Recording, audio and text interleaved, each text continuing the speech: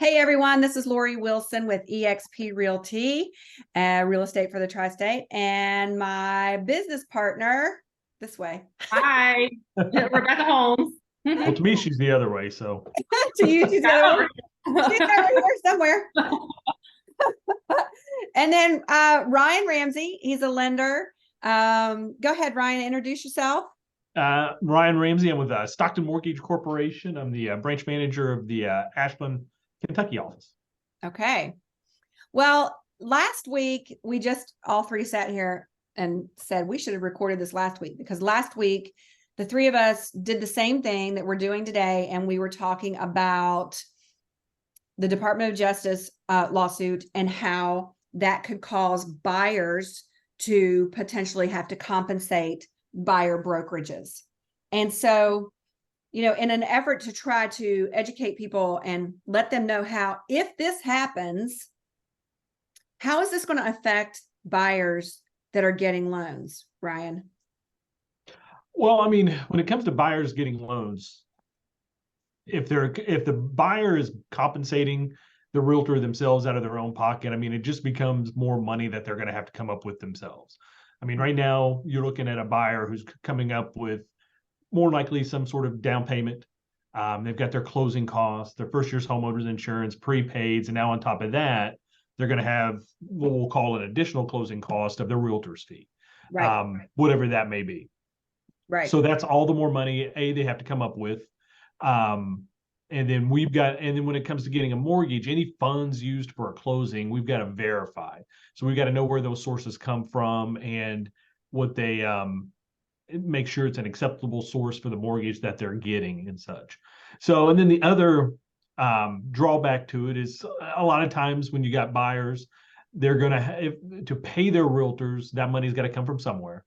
Right. So if you got somebody that was potentially saved up a 20% down payment, which in today's world's a rarity anyway. If you got somebody saved up a 20% down payment, well, now they don't have a 20% down payment. Possibly they're going to have to put less down on the house, which is going to be a financial disadvantage to them for doing that. So you're going to want there. I mean, there's just going to be different compromises that they're going to have to look to make to that possibly. There's also other ways to pay it, as there's seller paid closing cost. A lot of programs will allow you to pay anywhere from 3 to 6%. With the VA, it's kind of unlimited for customary fees. Okay. That the seller can pay towards the buyer's closing cost, and that could also include the buyer's agent's commission. Okay. So how do you think it would affect like home prices? How would it affect home prices? Well, I mean, that's one I'm not 100. Yeah, because their down payment's going to be a percent of the purchase price, right? Right. Yeah, it's going to be a percent of the purchase price, depending on the program. I mean, there's no money down programs. FHA's 3.5%, 3 to 5% down on minimum on conventional. So how it affect home prices? That's what I'm unsure of how that could, which way that can go, because there's so much that you guys know better than I do, obviously. So much that goes into the price of homes right now in the market. Right. I mean, we're currently seeing crazy stuff every day, but it could, depending on how it affects the seller side of it. I mean, it could drive up the price of homes, or even possibly drive them down, depending on what they need to do. Because again, you've got buyers who's got a certain amount of funds they need to do. They're at a disadvantage with what they have to come up with.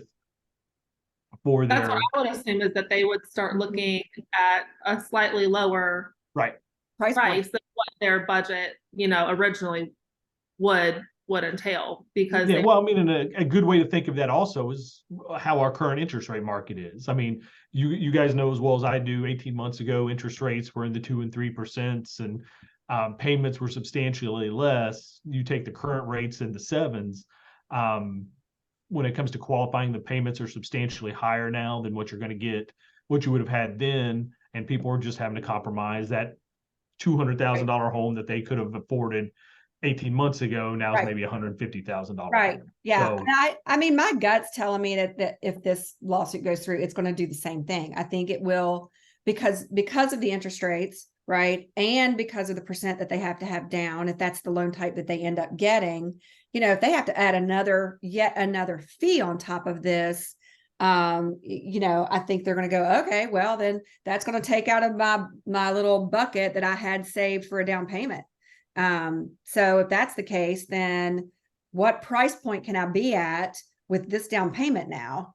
Right. Yeah. And I think it will. I think that too, something to consider with all of this is that, when listing brokerages, listing agents list a property, they already factor in the compensation when they're listing a property, right? So, Right.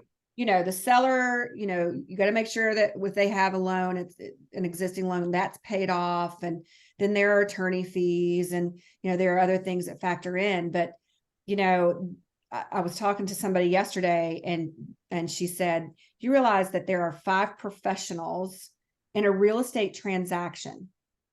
Okay. There are 5. There is the lender, right? So you have an agreement that you make with the buyers, and that agreement is that you'll be compensated, right? There's an appraiser who is then, I guess you could say, employed to make the appraisal, and they get paid because the buyer has to pay for it before they'll go do it. Mm-hmm. Then there's an insurance company, because you have to have homeowners insurance or flood insurance, and they're getting an agreement with that buyer, and they'll be paid. Usually they pay it before closing, right? A lot of times they do. Then there's an attorney who also is involved and, will be compensated. But who doesn't have a good conversation with buyers and sellers about compensation? Us. Yeah. What in the world are we doing? And it's just not common practice, but it needs to be. It needs to be. And I think that's why so many people are panicking. Agents are panicking about talking to buyers about compensation. And knowing how to talk to buyers about this is the first step. So, Ryan, what would you suggest a buyer's agent? Because I also want to make sure that the public understands the buyer and the seller doesn't pay the real estate agent. They pay the brokerage. The brokerage pays us. So right. You're not paying us directly. The law doesn't allow that. So, and our brokerage takes a percent as well before they pay us. So.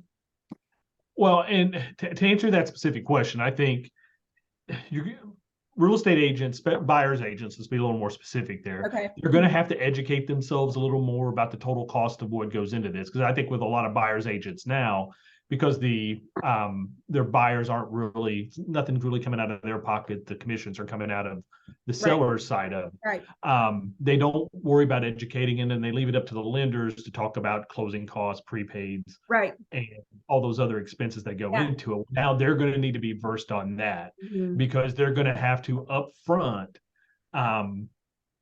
talk about what's all is going to go into this and everything, because a lot of people, and I mean, I get this even today, when somebody's buying a home, they think down payment, but they don't think beyond that. They don't think of, okay, I've got also closing costs and the inspection, insurance. I need to pay for the appraisal up front, all that stuff. So it becomes a disadvantage. I think buyer's agents are going to have to become very versed in what those costs are, which is not going to be easy because, I mean, I know way back in the day when I worked for a mortgage broker and we dealt with 40 different mortgage companies, you had to kind of learn what each one of them did because they're all different. They are all different. Same for real estate agents. Right. But also real estate agents know lenders. You guys get a feel for them because you work with them on a daily basis, to where a buyer might work with one once every 10 years.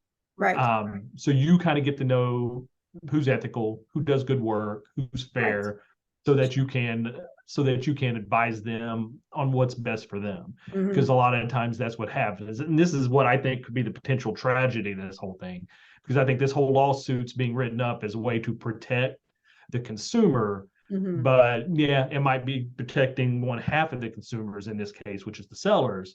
But you're going to put potentially put the buyer side into a disadvantage because you know as well as I do, a lot of these people, if they don't have the money, they'll go without representation, which is going to put them at a huge disadvantage because they don't have that experienced professional there to say, this doesn't look right. This is what you need to do.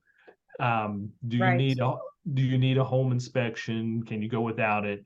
And a lot of lenders, they're just not going to get in. I mean, we can't get into helping the buyer when it comes to that side of it. So by the buyers going without that, potentially going without that representation, I mean, there's, I hate to say it, but it's true. There's unethical lenders out there that's going to take advantage of that.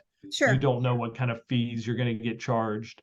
And it's going to get to be, it can get to be a either more expensive situation or a bad one. Because I've got, I mean, just as an example, I've got a buyer that I'm working with now who's selling their home and their buyers don't have a realtor representing them. And here I am now about 2.5 weeks waiting to close on a loan because the lender that they had gotten from somewhere else, not a local lender, has taken nearly, I mean, I bet they're at the 60-day plus mark. Wow. And we still don't have anything in the way of a closing date.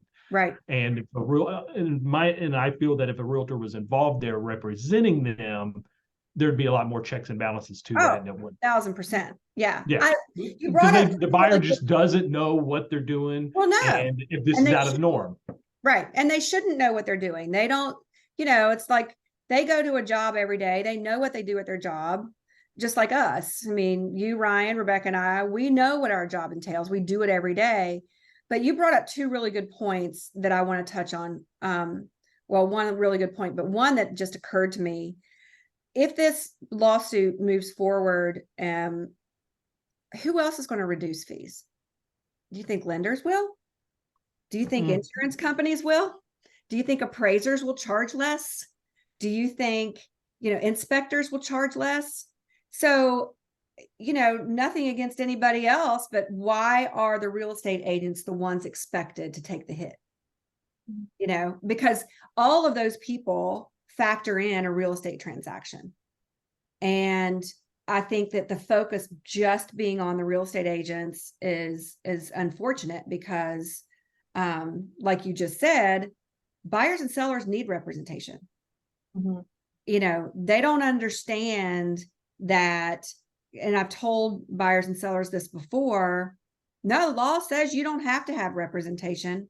But when you go get that loan, that lender's not a party to this contract, and they're not going to answer questions for you.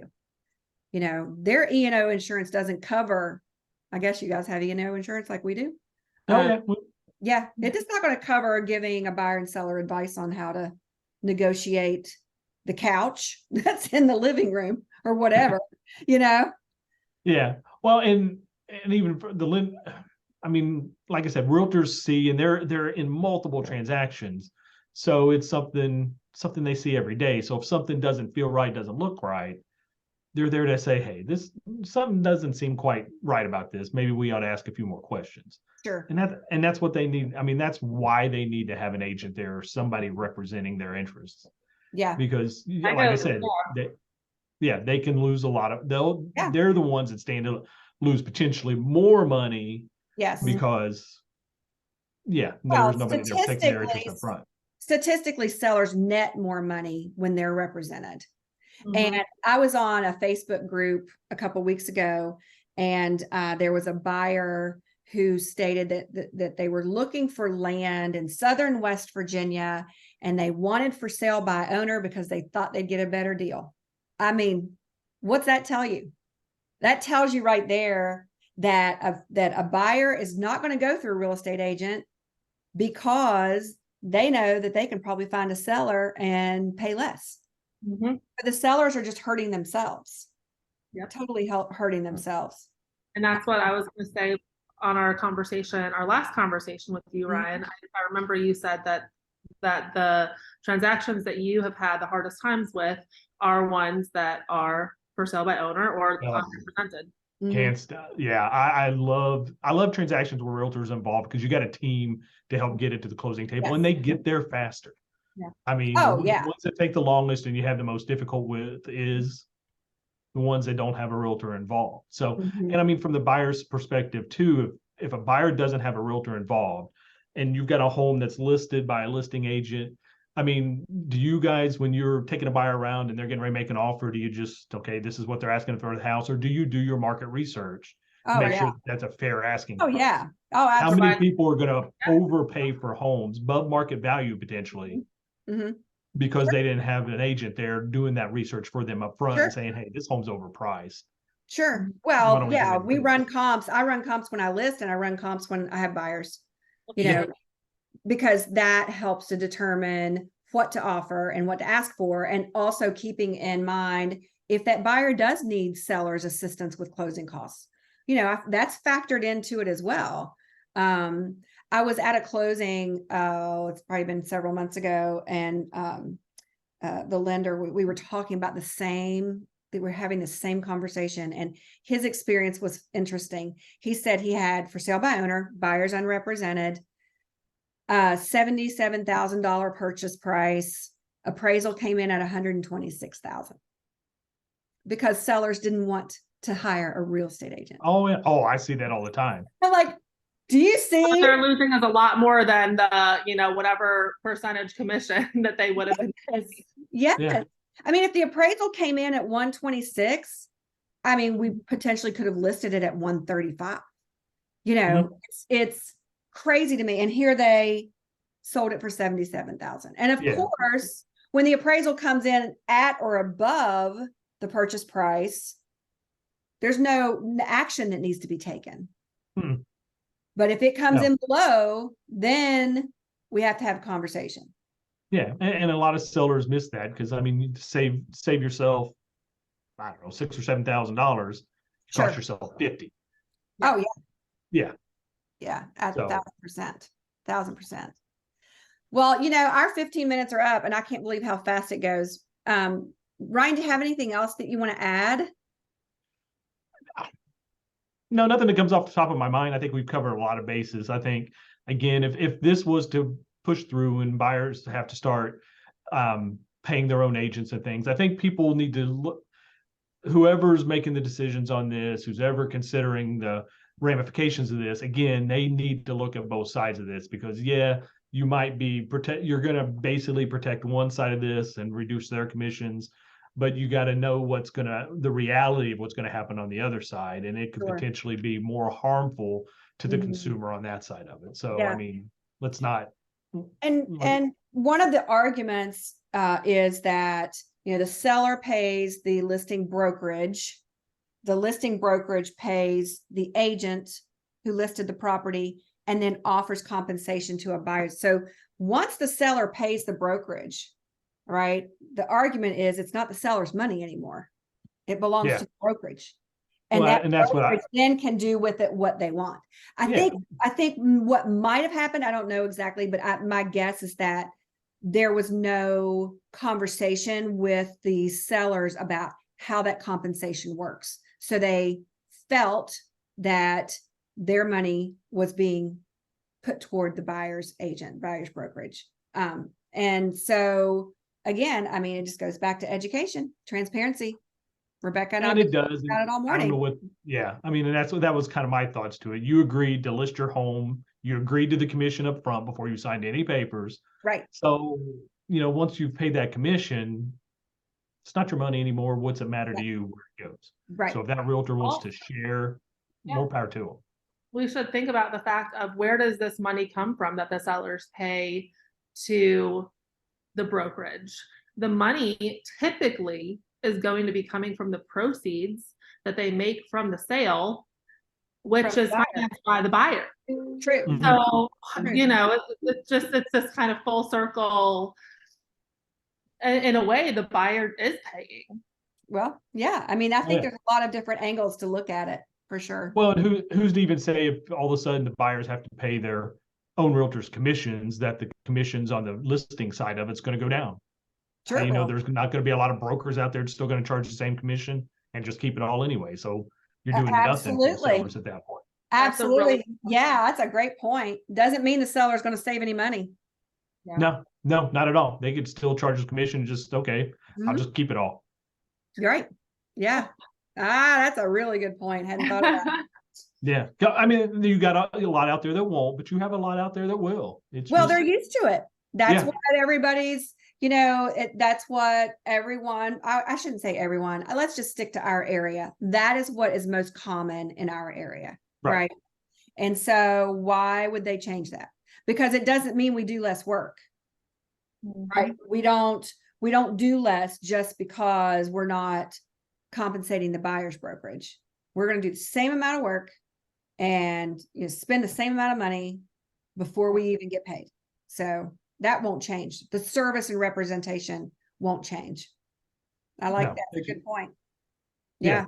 But from a realtor standpoint, yeah, you're gonna need, and you need to do it now anyway, but they need to educate themselves on the whole process. I mean, as a lender, and Stockton Mortgage always does a lot of this, we're very big into educating realtors on how the lending side of it works and how different aspects work. So, I mean, if you got a group of realtors who wants to learn about how closing costs work and what to look for and what's allowed and not allowed, I mean, we're a great source. I teach lunch and learns and classes all the time, and it's going to be a very good subject, which I'm still trying to come up with a topic for my fall lunch and learn. So that might be a very good topic as to how closing costs works on the buyer side, and educate realtors on what to look for and how to take advantage of different stuff. Sure. Well, I'll tell you, anyone who wants information about how those fees work, Ryan has a great sheet that he can share.